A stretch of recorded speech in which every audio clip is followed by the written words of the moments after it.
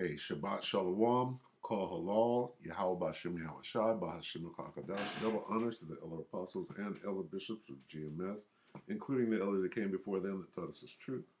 Shabbat Shalom and salutations to all the brothers out pushing the word of truth and in sincerity, the hopeful elect tabernacle of David, the Akwat that are listening and learning, being a pillar of rest, the 144,000, the 1/3, the hopeful elect of Israel.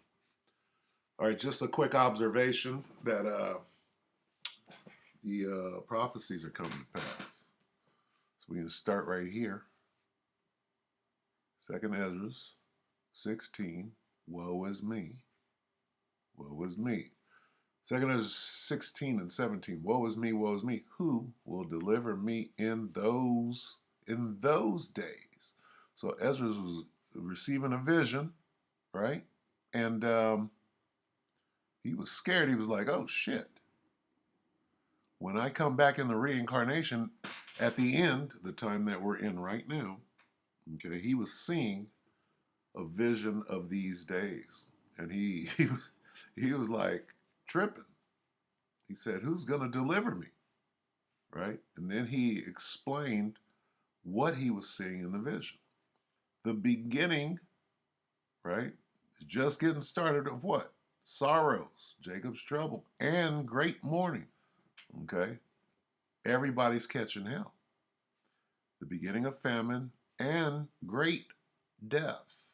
All right? So you got to be, you have to have the spirit of endurance on you in these days. And here's the point.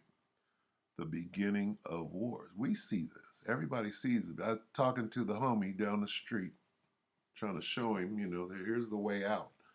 I'm like, you see these wars? Oh, yeah. So everybody sees this. And the power shall stand in fear, the beginning of evils, bad times. What shall I do when these evils shall come? But here's the point of the lesson, the beginning of wars. And in those wars, right? And in those wars, in those evils, right? What are we looking for in the wars? We're looking for the women and what the women are going to be doing. They're going to be lamenting, all right, in those days. So, Lucky, bear with me as I find them. Okay.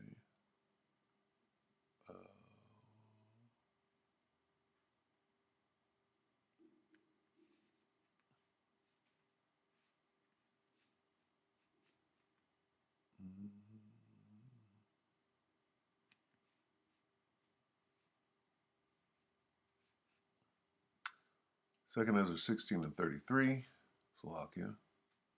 The virgins shall mourn. Why? Having no bridegrooms. There's nobody to even choose from. See, they ain't married yet. They're looking for others. Having no bridegrooms. There's no men to choose from. They're all dead, right? The women shall mourn having no husbands, meaning your husband got killed. Their daughters shall mourn having no helpers. In the wars shall their bridegrooms be destroyed, and their husbands shall perish of famine. Okay? Are we in those days? Here's the question. Are we in those days? Let's find out. The title of this goes back 8 days, redacted. All, the big word, of Ukraine's young men are dead. NATO has killed an entire generation. How? As Zelensky insists that Ukraine can win the war, here's the culprit, the war. Okay? Beginning of wars. We're only in the beginning, and guess what? There's a whole bunch of Ukrainian virgins looking around saying, them Israelites look pretty good right now. Go into Isaiah 4 and 1, right? Let's get Isaiah 4 and 1. Okay? Hey, them virgins are scared.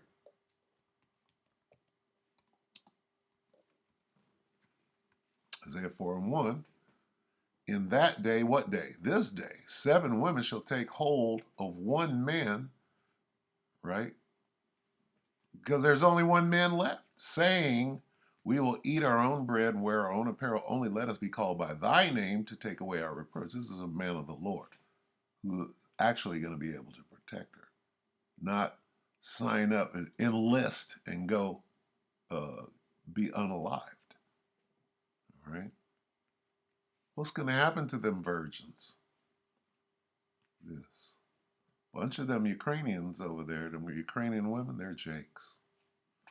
And some of them are not. And they're all going to be lined up. All 7, which is a complete number. Whether it be 2, whether it be 8, whether it be 12, right? Whether it be 7, okay? 7 is still a lot. You don't even want half a woman, right? And the wickedness that they bring. But they're going to be in order. I swear I'm going to be in order, right? Going back to what? In the wars, their bridegrooms, shall their bridegroom be destroyed, right? Well, here it is. Redacted. Natalie and this guy, what's his name? Clayton. Nat and Clay are telling you. They're dead. All of them. Just the title alone. It confirms what? That the prophecies are coming to pass, right? Wait for it. It shall not tarry.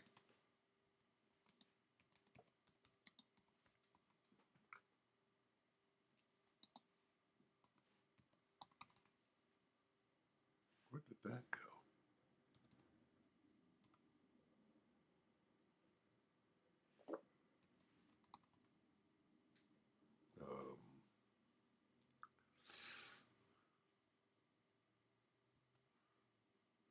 Come on, I can't get that. T-A-R-Y. How come this won't come up for me? I gotta go look for it.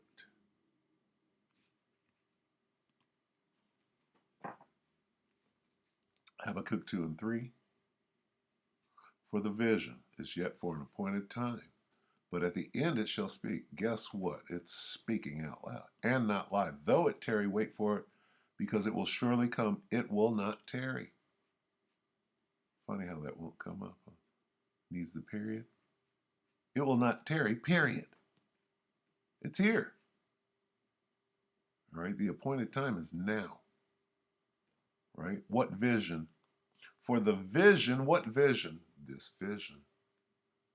Vision we spoke about, right? Woe is me, woe is me. Those days. Where's woe is me? Who will deliver me in those days? What days? The days being shown in the vision. For the vision, what vision? This vision that Ezra was seeing, he was he's like, shit. All right? Let's listen to this. Take it away. Clay and Natalie. Let's turn our attention to Ukraine because they are out of young men. Where'd they all go? They sent them all off to war to die needlessly when they could have lived and we could have had a peace agreement over a year and a half ago. Ukraine has sacrificed an entire generation of young men so that President Zelensky could sell a war to the world. And now Time magazine is reporting that the average age of a soldier in Ukraine is 43. That's outrageous to think about how they're gone. This is the Time magazine article we talked about a couple weeks ago. We're going to talk a little bit more about it.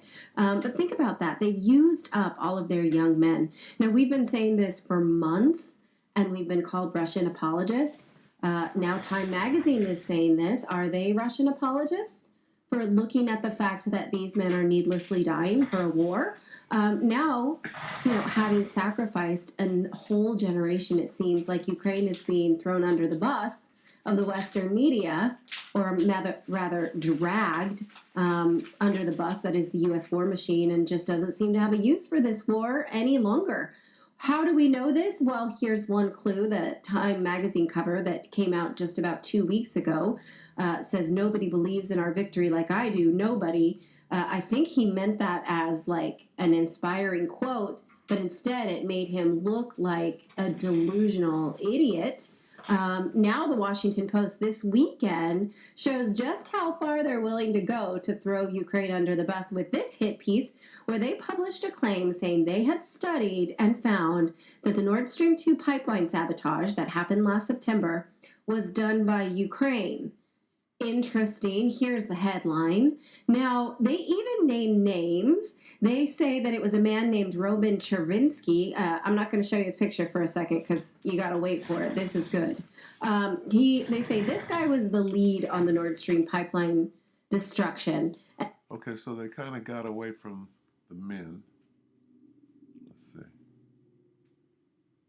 Yeah, okay, so this guy right here, Bela Lugosi.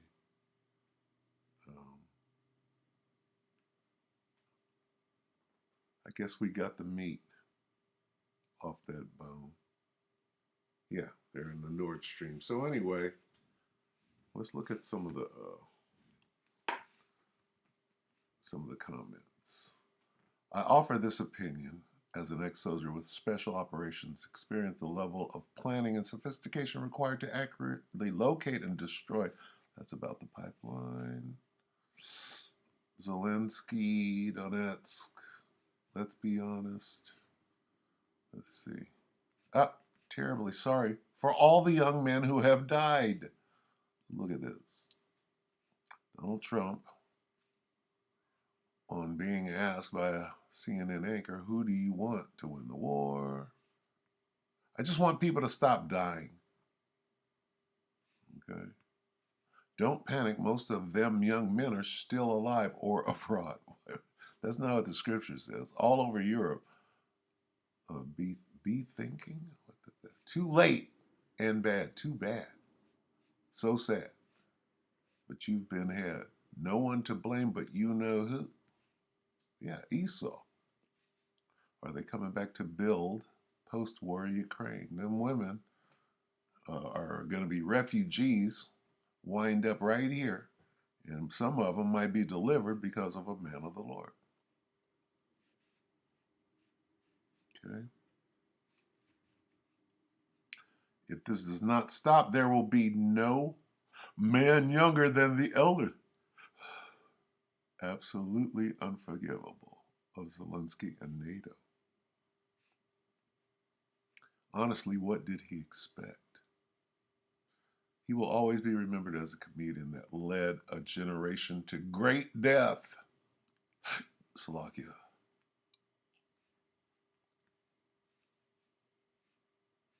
My heart has bled so long for what happened to the soldiers' families and the destruction of their country, and the West played a large part in this great death. Right?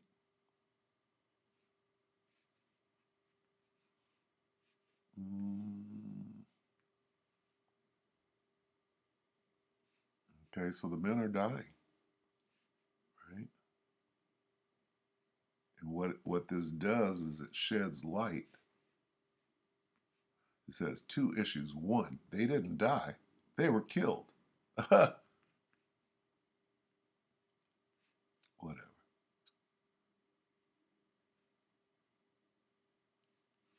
I love how these two explain everything so clearly. Not completely clearly. You got to go to the scriptures to make things clear, right? That the Most High, from the Most High come the issues of death. That's clear, right? These young men were also of an age to procreate and have children.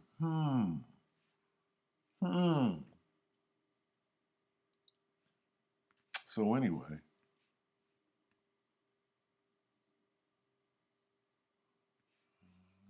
stream. Wow, look at all the comments.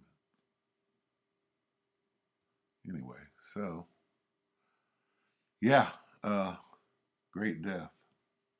So I'm going to go ahead and end it right here because, I mean, basically, right, we're at the end. What does it say? It says, at the end, what? They shall speak. But at the end, it shall speak. What? This is it speaking. It's coming to pass, right? All of Ukraine's young men are dead, just like it says, just like it was prophesied 2,000 years ago that this was going to happen, right? The beginning of sorrows is 2 Ezra 16 and 18. The beginning of sorrows and great mourning, the beginning of famine and great death, there it is. The beginning of wars, and the power shall stand in fear, the beginning of evils. What shall I do when these evils shall come? As Ezra was like, damn, ain't gonna be no men left, except for the men of the Lord. Guess what? Who shall deliver you? The Most High shall deliver you with your wives, your Ukrainian wives that made their way over here and found the men of the Lord. Where are we at? In the wars. 2 Ezra 16:32, the virgins shall mourn, having no bridegrooms. The women shall mourn, having no husbands. Their daughters shall mourn. It's a whole lot of mourning. Having no helpers. In the wars shall their bridegrooms be destroyed, and their husbands shall perish. Famine. So we see it going down. What does it mean? That we're at the end. Clearly.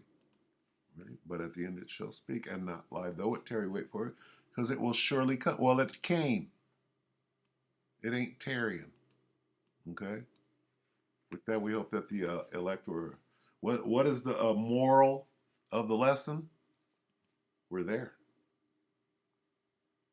We're in the time. Okay. So with that, we hope the elect were edified. You brothers and sisters, shalom.